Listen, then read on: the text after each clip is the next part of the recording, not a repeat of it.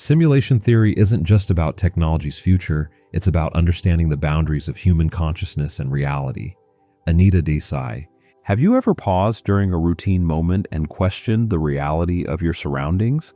What if I told you that there is a growing belief among some of the world's sharpest minds that what we perceive as reality might not be the ultimate truth? This video looks into the intriguing world of simulation theory, a concept that proposes our reality might just be an elaborate digital construct overseen by a higher intelligence. Let's explore this thought-provoking idea together, examining the evidence and philosophical debates surrounding it. Simulation theory posits that all we know and experience through our senses could be a digital simulation, similar to a highly sophisticated video game.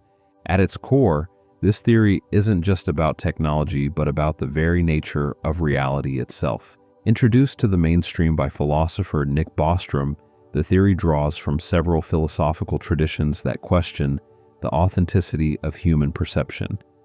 Bostrom's simulation argument suggests a high probability that we are living not at the base level of reality, but within a computer-generated platform that simulates it.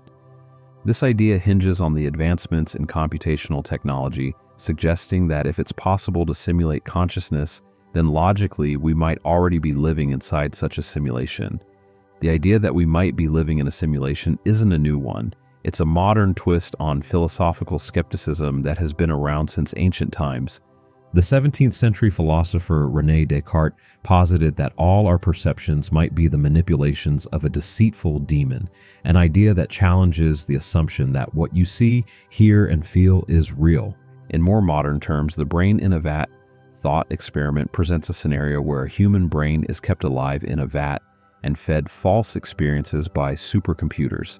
This experiment illustrates that if the brain cannot distinguish these fabricated experiences from reality, then the reality it perceives could be entirely constructed. Both of these ideas play into the larger philosophical doubts regarding our senses and the nature of reality. They force us to question whether our understanding of the world is directly tied to the truth, or if it's merely a facade constructed by our senses or other influences, possibly a sophisticated software system. As we transition from the philosophical to the practical, let's examine the technological advancements that hint at the possibility of a simulated reality. Recent developments in virtual reality and artificial intelligence are at the forefront of this exploration. Virtual reality, once a clunky novelty, has evolved into immersive experiences that are almost indistinguishable from real life in some aspects. Similarly, artificial intelligence has progressed from simple automated tasks to complex problem-solving capabilities that mimic human thought processes. These advancements suggest that creating a fully immersive simulation could eventually be within our reach. Think about the video games and virtual environments available today. They're detailed and realistic, offering interactive experiences that engage the senses. If technology continues to develop at this pace, future simulations could replicate reality so closely that the inhabitants might not even realize they're in a simulation. The implications of such technology are profound. They suggest that if it's possible to build such a simulation, it might have already been done, raising the question of whether our reality is the original or simulation itself. This is not just about technology's ability to create lifelike simulations, but also about the potential for these simulations to host conscious beings. Exploring the relationship between physics and simulation theory brings us to some of the most mind-bending aspects of modern science. Quantum mechanics, for instance, introduces concepts that challenge the conventional views of reality. One of the most striking phenomena is that particles appear to behave differently when they are observed, suggesting that our understanding of the universe may be influenced by our observations, a concept that aligns strangely well with the ideas of a simulated universe. Theories such as the holographic principle propose that what we experience as a three-dimensional reality might just be a projection of information encoded on a distant two-dimensional surface. This theory aligns with the concept of a simulation, where what we perceive as reality is actually rendered from underlying data. These scientific theories and discoveries provide a framework that supports the possibility of simulation theory. They suggest that the universe operates on principles that could be compatible with it being a simulation, where the laws of physics are the algorithms designed by the simulator. In our journey through the realms of possibility, we now encounter a pivotal aspect of simulation theory, the logical argument presented by philosopher Nick Bostrom. Bostrom's argument hinges on a simple but powerful logical trilemma, one that he believes corners us into a probability that we are living in a simulation. He suggests that one of three possibilities is true. Either human civilizations will go extinct before achieving the capability to create ultra-realistic simulations. No advanced civilization is interested in running simulations of their evolutionary history, or we are almost certainly living in a simulation ourselves. The elegance of Bostrom's argument lies in its use of probability and technology. If we accept that it could become possible to simulate consciousness, then given the vast numbers of simulations advanced civilizations might run to study their ancestors, the odds that we are in the real reality become slim. Instead, it is statistically more probable that we are part of an extensive chain of simulations.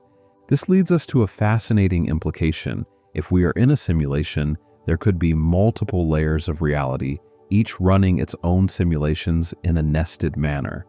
The idea not only challenges our understanding of reality, but also extends our perception of existence beyond traditional boundaries.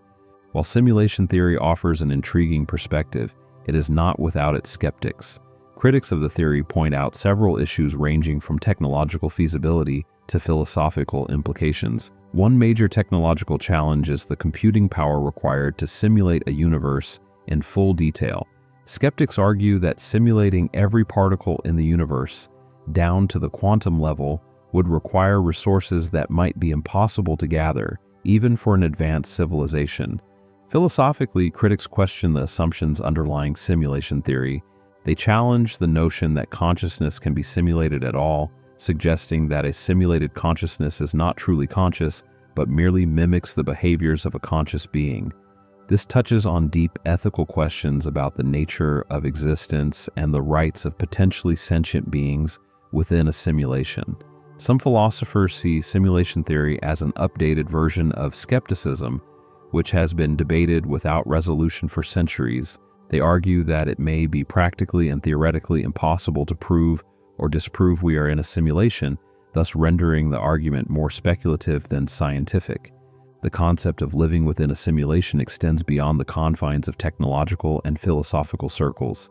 It has seeped into our cultural fabric, influencing movies, literature, and personal belief systems. The popular film The Matrix is perhaps the most famous example, presenting a world where all human experiences are part of a vast digital simulation controlled by machines. This narrative, while fictional, invites viewers to ponder the nature of their own reality and consider the plausibility of simulation theory. Beyond entertainment, the idea of a simulated reality has prompted serious discussion among technologists, philosophers, and the general public.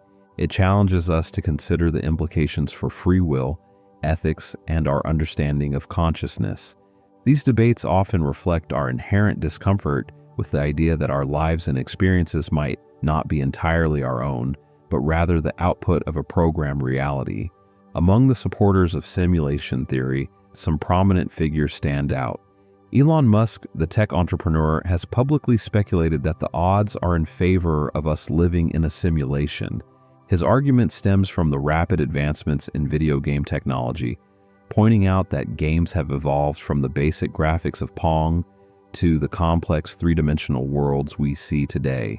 Musk suggests that if this rate of progress continues, future games will be indistinguishable from reality, and it might become impossible to discern a simulated world from the real one. These proponents bring diverse perspectives to the debate, not only about the technological feasibility of creating such simulations, but also about the philosophical and ethical implications.